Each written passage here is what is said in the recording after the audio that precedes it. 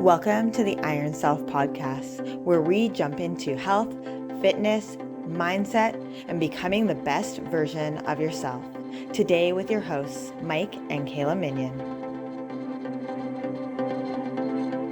Hey guys, and welcome back to the Iron Self podcast. Today we are talking about the quest for confidence. Woohoo! I just thought that was a good way to start with confidence. Okay. Yes, confidence, pump it up. Okay, well, I'm going to start with myself as far as confidence goes. For anybody who knows me now, I am a fairly confident person. You confident? No. If you had met me when you were younger, you would have been a little bit surprised. So when I'm the youngest of three kids. I was always chasing after my brother and sister, we all played pretty good level sports, and we all were kind of in competition with each other constantly. And because I was the youngest, I was never, well, not until I was older anyways, but I was never the fastest, never the best out of the three of us. So I felt like I was never adding up. So in my younger life, I would do anything I could to try and get better, because I thought that was going to make me more confident, if that makes sense. That makes sense. That was my struggle growing up, is I really tried to excel, but I felt like I was never adding up, and that was a struggle for me growing up. Confidence in me, wow. Something that I am still very much working on. So I was never really confident as a kid. I was very loud and leadershipy and bossy. She still is. I'm not that way anymore, Mike. Not that way. Don't tell the guests. No, I'm just kidding. So anyways, I wasn't overly confident though in my abilities, and I would often find myself getting very, very shy. And when I first started out in the group fitness realm, it was kind of like, don't look at me, just do what my mouth tells you to do. And I would rather be hidden, if that makes sense. And so what I did was I developed this like alternate personality. Her name was Natalia. So Natalia was my name from Spanish, high school Spanish class, because my teacher decided we all needed Spanish names. So that was Natalia. And so Natalia was confident. Natalia wasn't afraid of what other people thought. So when I would get up in front of a big group of people, when I was first teaching group fitness, I was Natalia. I wasn't Kaila, because Natalia didn't care, and Kaila very much cared. So it'd be like it was this alter ego. Is that the word I'm looking for? Alter ego, so it was my alter ego, and I needed to be Natalia in order to step into becoming this new version of me. So having this alter ego allowed me to kind of step outside of the shell that I was essentially housing myself to. Can I just stop one second there?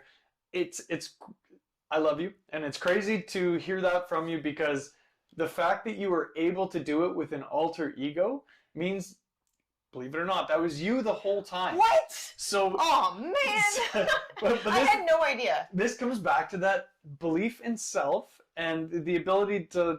And my big thing for confidence is it's loving yourself unconditionally. It's accepting you for all that you are, Natalia and all. Well, I got to step into Natalia though. So she became me and I became her. And we kind of like created this union together of who Kaila is now. And I don't think without her, I would be the person I am, because I needed her to guide me a little bit more, if that makes sense. Because that wasn't who I defined myself as. That wasn't the story I was telling myself. That wasn't at all, I guess, who I was. So coming into this new version of myself, I still don't feel overly confident a lot of the time. And part of that comes from a need or a requirement for acceptance. So a lot of people, I'm going to this is a vague generalization, but there's a ton of people out there that expect more out of themselves constantly. And that's not a bad thing either. Like, expecting a lot out of yourself just kind of sets you up for higher learning, I call it, right? Because then you're always you're forever the scientist. You're trying to figure out the best way to do things. It's not necessarily a bad thing, but accepting yourself where you are is where that base comes back to. And the need for acceptance is a basic human need. We as all humans require to be accepted and loved and cared for. And so that need for acceptance is something that I think that every single person has, whether you're looking for an internal acceptance, external acceptance. And most of the time, the problem is that we're seeking external validation, external acceptance, when what we truly, truly desire is internal validation and internal acceptance. And that comes back to the relationship that we hold with ourselves. And like I said, this is something that I am still working on. And this is actually something that I expect to be working on for the rest of my life, because as any good relationship goes, you are always in a process of working on that relationship. And if you don't, that relationship fails. Yeah, 100%. Think of it like a marriage, right? So if you're in a marriage and you've got good communication with your spouse, are you making like an ugly face at me? No. If you've got good communication with your spouse and you don't feel the need to hit them, no, I'm just kidding. If you've got good communication with your spouse and you've got a good trusting relationship and you're working on building that relationship, and every day you check in with that relationship, or however often you try to, you nurture that relationship. But most of the time we fail to nurture the relationship with ourselves. I think the biggest fall down for most people is that being able to look after themselves as a basic necessity, because so many people, whether you're a parent or, well, I'm going to generalize again with parents. Most parents prioritize their children over themselves. So as long as the kids are doing good, they can fall by the wayside and they'll be fine eventually. But the reality is, if you don't have that self-care, if you're not looking after numero uno, then everything else is actually going to get a lessened version of yourself. You have less of yourself to spread around, as the butter saying goes. I've never heard that saying. I just made it up. The butter saying. That should take off, you guys. The butter saying. Please don't make that take off, guys. Oh, man. Anyways. Spread yourself on thick like butter. Oh, man. Okay. So developing a trusting relationship with yourself is one of the biggest things to start to develop that confidence within yourself. So we develop trusting relationships with friends, family members, spouses, all of those kinds of things, right? When they show us through action that we can trust them, then we create that trusting relationship with them, and we end up having a better relationship overall. The problem is that most of us fail to have that trusting relationship with ourselves. Well, and a lot of it... No, wait. Yes, we fail to have that trusting relationship with ourselves because we don't follow through on a lot of the things that we say. So if we say, I'm going to do my workout Tuesday morning, and Tuesday morning you don't get up and go do your workout, well, then you failed to follow through on plans that you made with yourself, right? So if you had a friend that constantly cancels plans on you, how do you think that you would feel about that friend? Well, yeah, you just stop going. Well, exactly. So it's like, okay, well, you know what? Tuesday mornings are not working for this thing. I say, oh, I'm gonna eat salad every day at lunchtime because I think that's the only way to be healthy. And then every day at lunchtime you have a burger and French fries. What do you think that's doing to that trusting relationship with yourself? Or I'm going to start talking positively to myself, and every day you're like pick yourself apart and you criticize yourself and judge yourself. Well, that's not going to create that better, trusting, loving relationship that we are looking for. Right? It's no different than if I was to look at my spouse, looking at Mike right now, and I say, oh, this is wrong, this is wrong, this is wrong, you can't do this right. Like, how would that make you feel? That would not make me feel good. You wouldn't like me?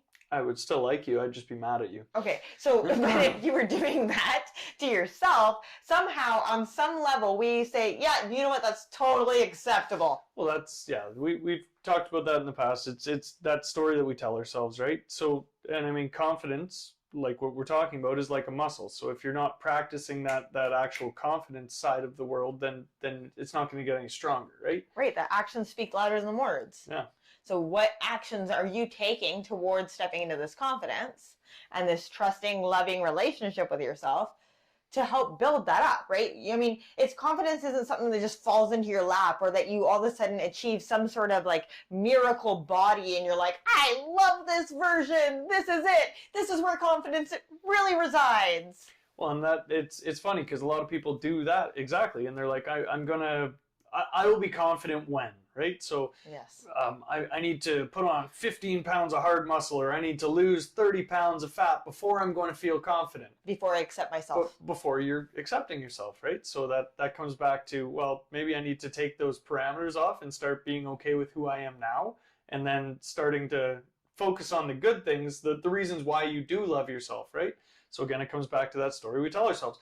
So now we're telling ourselves, well, I do love myself because I'm already a kind person. I'm actually really strong already, and I'm willing to make changes to better myself even further. So now you have these reasons why you're awesome. So now we can start building on these reasons. Right. I mean, you wouldn't take a friend or a family member and go, oh, I'm only going to love them when they lose 30 pounds. I'm only going to love them when they have, X, Y, and Z, when they drive this car. Like, it's so awful that we can place these parameters on ourselves, these, I will love myself when, I will accept myself when, I will find confidence when, and we're constantly looking for that when. And I'll tell you, when you get to that when, so like, let's say I will love myself when I achieve 10 pounds of weight loss, and you achieve that 10 pounds of weight loss, I promise you, you don't receive a card in the mail from yourself that goes, hey, congratulations, you hit that 10 pounds and I love you now. Well, and the crazy thing here, for anybody who's a parent, like if your kids see you doing this to yourself, this constant I will when I do kind of thing,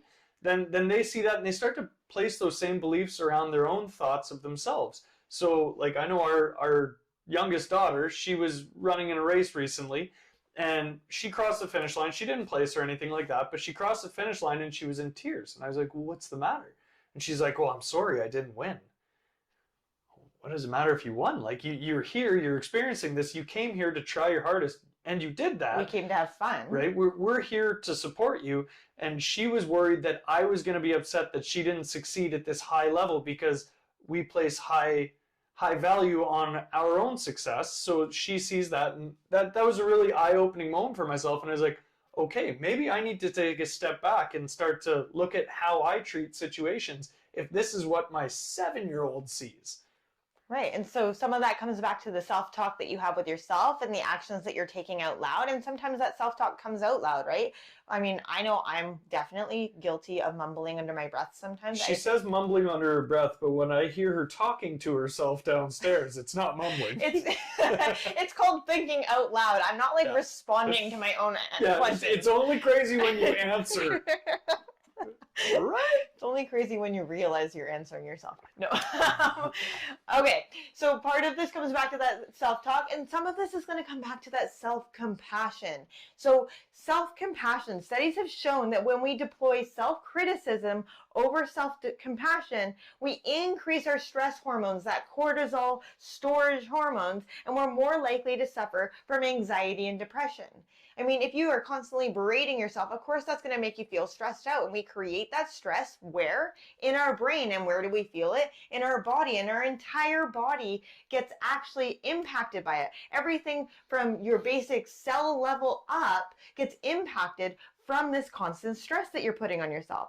And then the studies have shown that if we increase self-compassion, so I'm going to define self-compassion for you in a second, but if we increase self-compassion, we start to release oxytocin, which is that love hormone, right? And the opioids, which are our feel-good hormones, and that really they lend way to us creating more positive. So the more oxytocin and opioids our body starts to emit, the more we feel better, the more we're likely to continue on that feel better path. But when we're berating ourselves over and over again, we get stuck in that stress loop and we just keep berating ourselves, and we find it harder and harder to dig ourselves out. And so part of this needs to start with a little bit of self-compassion.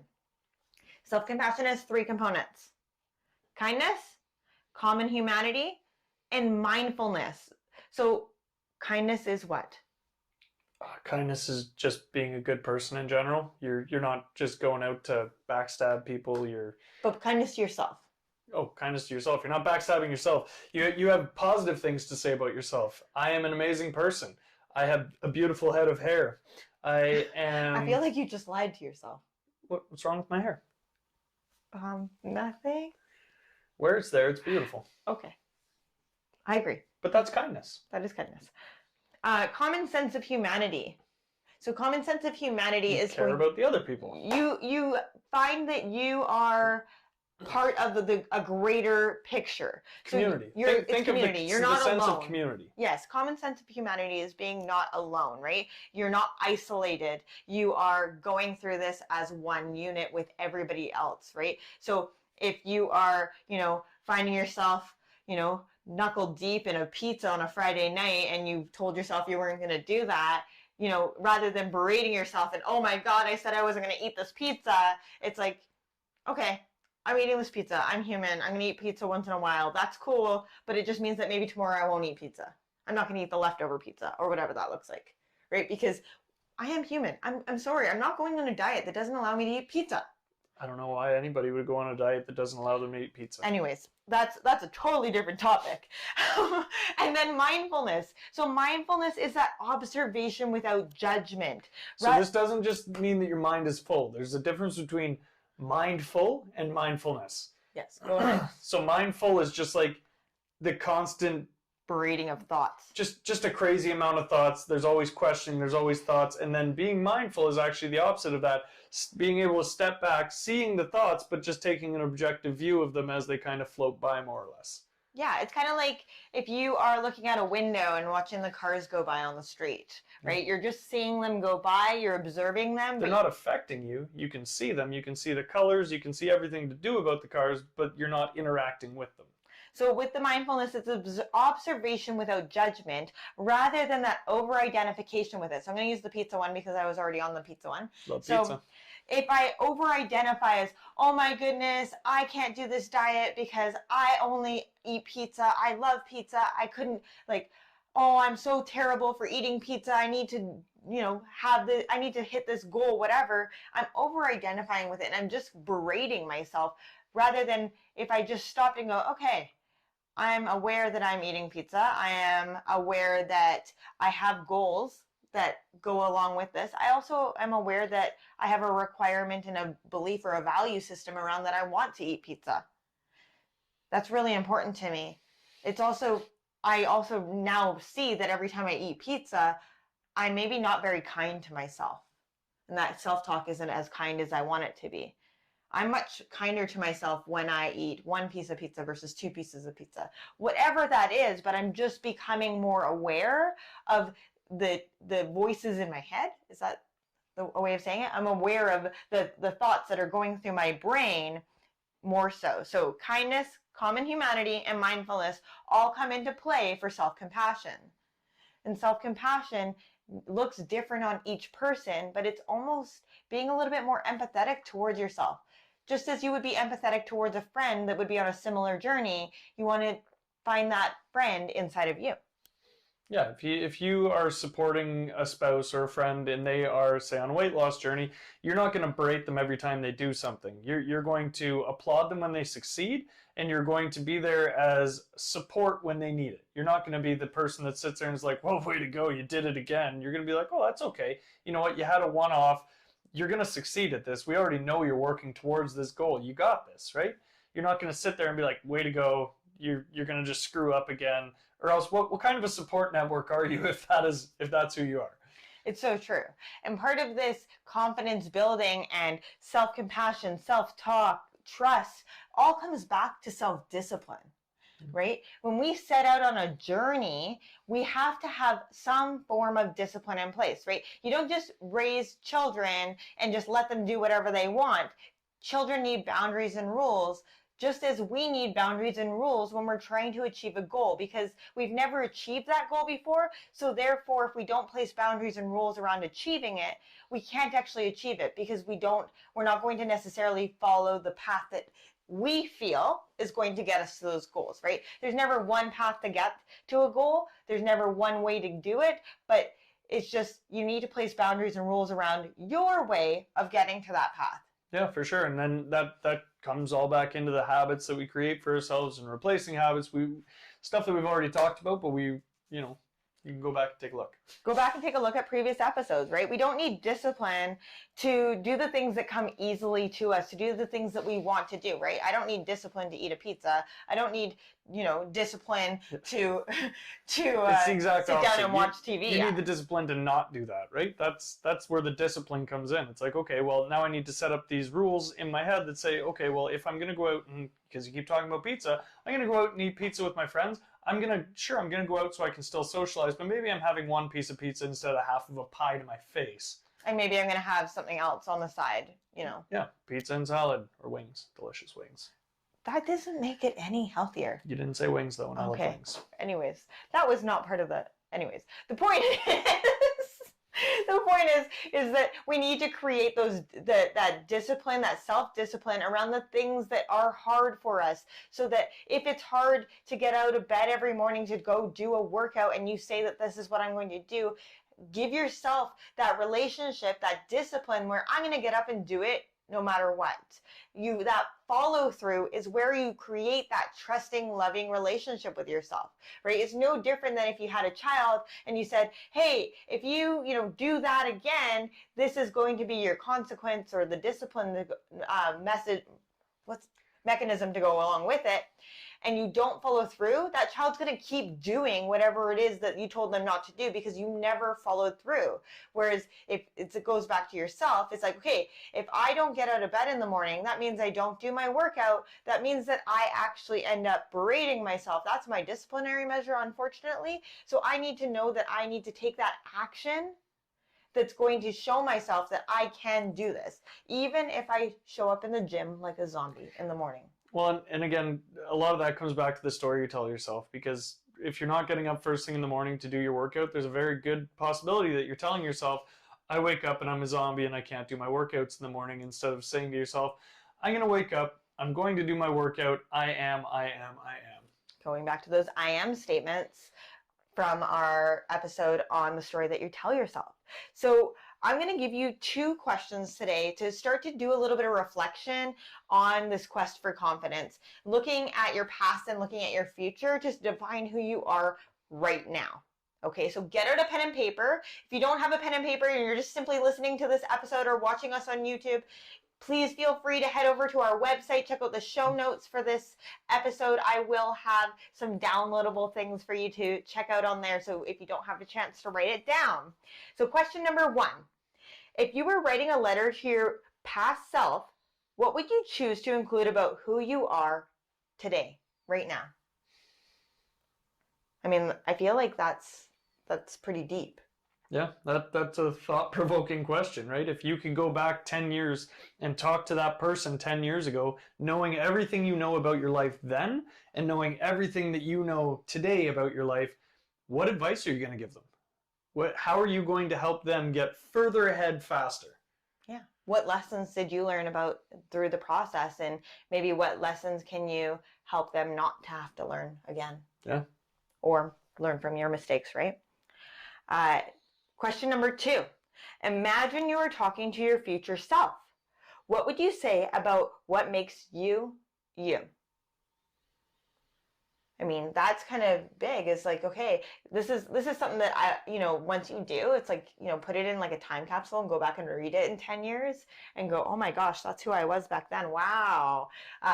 But I feel like it really does create that thought about who am I right now? I need to define this. Well, and I think just simply stating who you are today is amazing for that growth mindset too, because now it's like, okay, I have a snapshot of where I am today, and how do I want to go from where I am today to what I see my future being? Yeah, that vision that we created. Because you're going to have this vision, this overarching, here's where I want to be. This is what I want to achieve in my lifetime. And here's where I am. So how do I make a path from here to there? Exactly. And it's almost like, okay, you could even take this a step further if you wanted a 3rd question, which I'm not going to put on the website, but that's okay. This is just something that kind of popped into my head. Is like, okay, now you are that future self. What is the advice that you have for yourself today to get to where you're going? Yeah. Right. That's the hard one, because you can never be in the future. But a good indicator of that, again, is taking that first question, that yourself from 10 years ago and yourself now, and what advice are you giving that person? Because there's a good chance that if you've given them that advice, if we take that and take a good look at it, we might be able to use that as a stepping stone to where we're going anyways. Exactly. So it's all about the small steps, setting those small benchmarks. I feel like the quest for confidence is never a linear path. It's not straight, it's zigzaggy, it's windy. We can maybe travel backwards from time to time, and then we go forwards, and that's okay for it to be zigzaggy and windy. And I don't feel that you ever hit a point where it's like this full, like, I fully accept and love myself to the best of my ability every single day. I feel like every single day is a challenge. Every single day we take strides towards it. And that's really what it's about. It's about living in that positive state and taking strides towards being our best self in those critically hard moments. That's where we create that resilience and that change. For sure. And one thing I want to point out too is that everybody struggles with confidence. It's not just people who are quote unquote at the lower end of the totem pole. It's everybody in every career, every industry, all the way from the bottom to the top.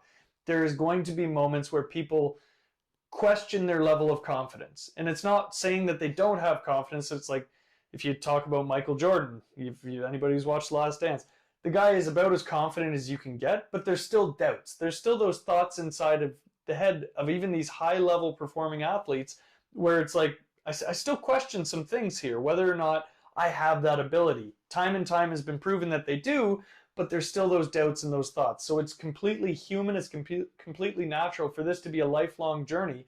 Again, like Kaila was saying, about getting to those levels of confidence. Because once you hit a level of confidence where you're like, I feel amazing about myself, I have this level of confidence, well then you're actually still in that growing phase, because now you're just stepping your life up to the next level. And then there's always going to be that next pillar that you need to get to. So keep focusing on the positive. Yeah, you always have to focus on that growth mindset and on as positive a mindset as you can. So I wanted to leave you guys today with a quote from Lao Tzu. And the quote is, because one believes in oneself, one doesn't try to convince others. Because one is content with oneself, one doesn't need others' approval. Because one accepts oneself, the whole world accepts him or her. So that's an awesome spot to leave it. I just do want to mention, for anybody who isn't watching this on YouTube or through our website is www.ironbodycoach.com/blog for the podcast show notes. Wonderful. Thank you so much for listening today. If you love this, share it with your friends, family members, loved ones, share it on your social media. Leave us a comment, a note. Let us know what you think. Other than that, you guys have an awesome day and build that confidence. Take care. Bye for now.